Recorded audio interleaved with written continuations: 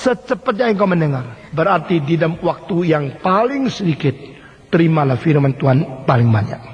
Nah saudara-saudara, ada orang mau belajar firman dengan cepat, maka mereka baca buku, mereka menerima khotbah, ikut kuliah, ikut ceramah, ikut seminar, dengarkan khotbah lebih banyak supaya boleh cepat-cepat mengerti. Itu baik. Tapi saudara-saudara, kalau mengikuti kebaktian-kebaktian dengan khotbah-khotbah yang bertanggung jawab, maka itu adalah pendengaran yang beres. Tetapi kalau ikut kebaktian dengan orang-orang berkhotbah tidak bertanggung jawab, engkau makin dengar, makin kacau. Selama bertahun-tahun ini saya percaya pasti ada orang-orang Kristen di Jakarta yang ikut kebaktian sini, ikut di situ, mau dengar lebih banyak, dengar, sama akhirnya menjadi kacau balau. Karena yang berkhotbah di sini sama sana berbeda sekali. Konsepnya beda, doktrinnya beda, ajarnya lain. Yang di sini bilang boleh, yang di situ bilang tidak boleh. Yang di sini bilang Roh Kudus, itu bilang roh setan. Akhirnya engkau kacau balau. Saya berkali-kali berkata kepada saudara, ikutilah kebaktian yang bertanggung jawab. Ikutilah khotbah-khotbah yang bertanggung jawab. Ikutilah mereka yang sungguh-sungguh belajar baik, lalu mengajar engkau dengan stabil. Karena dengan demikian engkau akan bertumbuh di atas dasar yang sehat. Engkau akan bertumbuh di atas dasar yang bisa dipertanggungjawabkan. Tetapi jikalau engkau mendengarkan khotbah yang tidak bertanggung jawab, asal bunyi, asal berpidato, asal bisa mencapai banyak orang, asal menyenangkan banyak manusia, asal mendapatkan kolektor yang besar, khotbah-khotbah semacam demikian tidak pernah membangun iman. Khotbah-khotbah sedemikian hanya mengacaukan iman yang diwariskan daripada rasul-rasul di dalam abad pertama. Saudara-saudara, salah satu tanda yang paling penting gereja yang sejati, yaitu memelihara dan percaya serta memperjuangkan dan memberitakan iman sejati dari rasul. Sekali lagi, you preserve and you fighting for, you proclaim the orthodox faith inherited from the first century from the true apostle of Jesus Christ. Iman kepercayaan yang sejati yang diturunkan daripada Rasul Tuhan itu dipelihara, dipercayai, diperjuangkan, diperdebatkan dan diproklamasikan kepada dunia. Inilah tandanya gereja yang sejati. Gereja yang sungguh-sungguh mempertahankan iman yang sejati. Gereja yang sungguh-sungguh percaya kepada iman yang sejati. Gereja yang sungguh-sungguh memproklamirkan iman yang sejati. Gereja yang sungguh-sungguh memelihara iman yang turunkan dari rasul.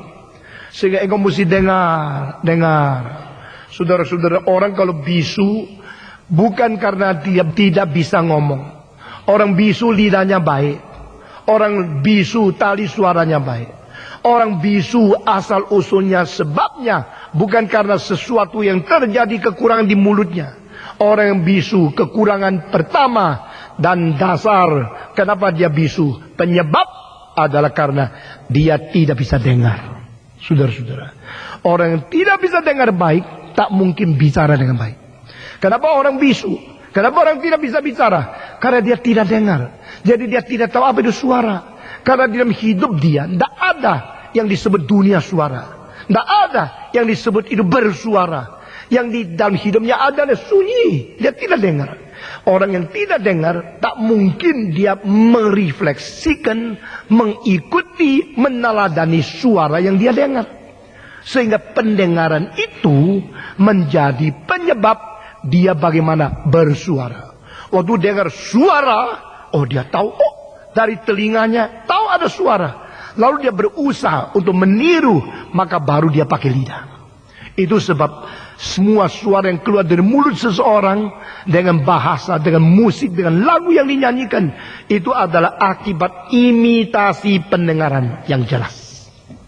Pendengaran kalau jernih, maka pemberian, pemakaian suara dia akan ikut menjadi jernih. Pendengaran kalau kabur, maka dia akan mengatakan sesuatu yang tidak jelas. Pendengaran kalau tidak ada kemungkinan dia berusaha untuk meniru setel suara, karena dia tidak dengar. Nah ini sebabnya, Maka Yakobus begitu hebat. Dia begitu teliti dan begitu benar-benar di dalam logika yang berurutan yang benar. Dengarnya dulu diberesin, baru bicaranya itu akan menjadi betul. Saudara-saudara, cepat-cepat dengar. Artinya apa? Menerima sebanyak mungkin. Karena mempercepat pendengaran berarti menerima, menghisap sebanyak mungkin. Saudara-saudara, apa bedanya seorang Kristen yang sudah 10 tahun pengertian dan maju-maju, tetapi ada orang yang 4 tahun sudah berani berkhotbah? Karena yang 4 tahun itu sekolah teologi. Waktu dia sekolah teologi, dari pagi sampai malam dengar kuliah, mempelajari perjanjian lama, perjanjian baru, mempelajari kitab-kitab Pentateuch, mempelajari kitab-kitab nabi, kitab-kitab sejarah, kitab-kitab daripada buku-buku bijaksana, the wisdom literature. Lalu dia mendengar terus. Setelah mendengar kuliah begitu banyak, 4 tahun kemudian, yang engkau belum pernah dengar, dia sudah dengar. Dia cepat. Nah, saudara-saudara, maka herannya ada anak muda umur 25 berani khotbah. Ada orang umur 70 dah berani bersaksi apa-apa. Karena apa? Karena pendengarannya itu 1 minggu 1 jam. Ya. Minggu depan jam 7:30 tiba di sini. Sudah habis kebaktian, dengar sedikit. Mau tunggu lagi 1 jam, tunggu 1 minggu lagi. Jadi setiap 144 jam dengar khotbah 1 jam. 144 jam lagi dengar khotbah 1 jam. Jadi 1 tahun dengarnya 52 jam. Apalagi kalau 20 minggu tidak datang, dengarnya cuma 32 jam. Apalagi kalau datang cuma 1 kali 1 tahun Natal, 1 jam dengar khotbah. Jadi kalau umur 60 dengan 60 jam. Karena 1 tahun 1 kali datang ke gereja. Begitu. Dengan 60 jam. Sama anak-anak yang masuk sekolah teologi dari pagi sampai malam. Dengar khotbah, dengar firman, dengar kuliah, dengar pengajaran. Dari 1 bulan itu dia dengar berpuluh-puluh jam. 1 tahun ratusan jam. Dan seumur hidup dia mendengar begitu banyak. Maka terisi banyak. Itu namanya dengar cepat. Bagaimana mempercepat dengar? Yaitu lebih banyak mendengarkan firman Tuhan. Dengan cara ikut kuliah, ikut ceramah. Saudara-saudara, tidak ada gereja lain seperti gereja ini. Mendatangkan profesor yang penting dari luar negeri. Dan memberikan kesempatan untuk daftar. Engkau boleh ikut kuliahnya. Tetapi saya sangat kecewa. Karena apa? Banyak orang-orang di GRII sendiri tidak memanfaatkan kesempatan-kesempatan yang ada. Bahkan majelis pun tidak daftar. Kapan majelis bisa dididik lebih baik? Kalau kita sudah undang profesor, kita sudah suruh datang dari luar negeri, memberikan pelajaran-pelajaran dengan tema-tema yang berbeda. Saudara tidak mau ikut. Nah, saudara, bagaimana bisa pendengaran tambah? Dengarlah sebanyak mungkin. Dan dengar yang benar. Kami tidak mungkin mengundang orang yang simpang siur, orang yang tidak bertanggung jawab, orang yang tak karu-karuan pengajarannya, datang ke GRI untuk mengajar. Tidak. Kami mengundang orang yang penting, perlu dari Amerika, dari Hong Kong, dari mana, untuk memberikan kuliah-kuliah yang mempunyai bobot yang tinggi. Supaya apa? Supaya kau dengar. Dengar, terima, dengar, terima, dengar, terima. Akhirnya semua pendengaran firman itu membentuk pengertian, pengetahuan, ilmu akan menjadi iman engkau kepada firman Tuhan. Saudara-saudara sekalian, cepat-cepat dengar.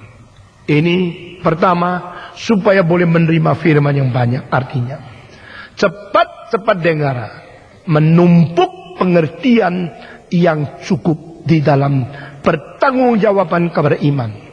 Paulus berkata, I know whom I believe. Aku mengetahui siapa yang ku percaya.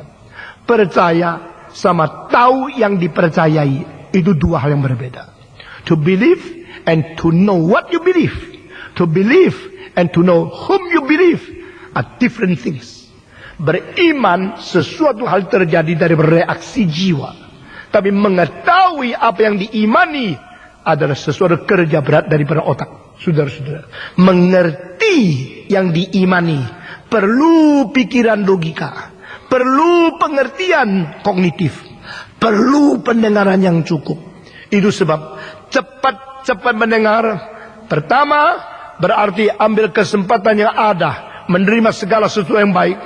Cepat-cepat mendengar berarti menumpuk pengertian kognitif sebanyak mungkin, selengkap mungkin, sesempurna mungkin.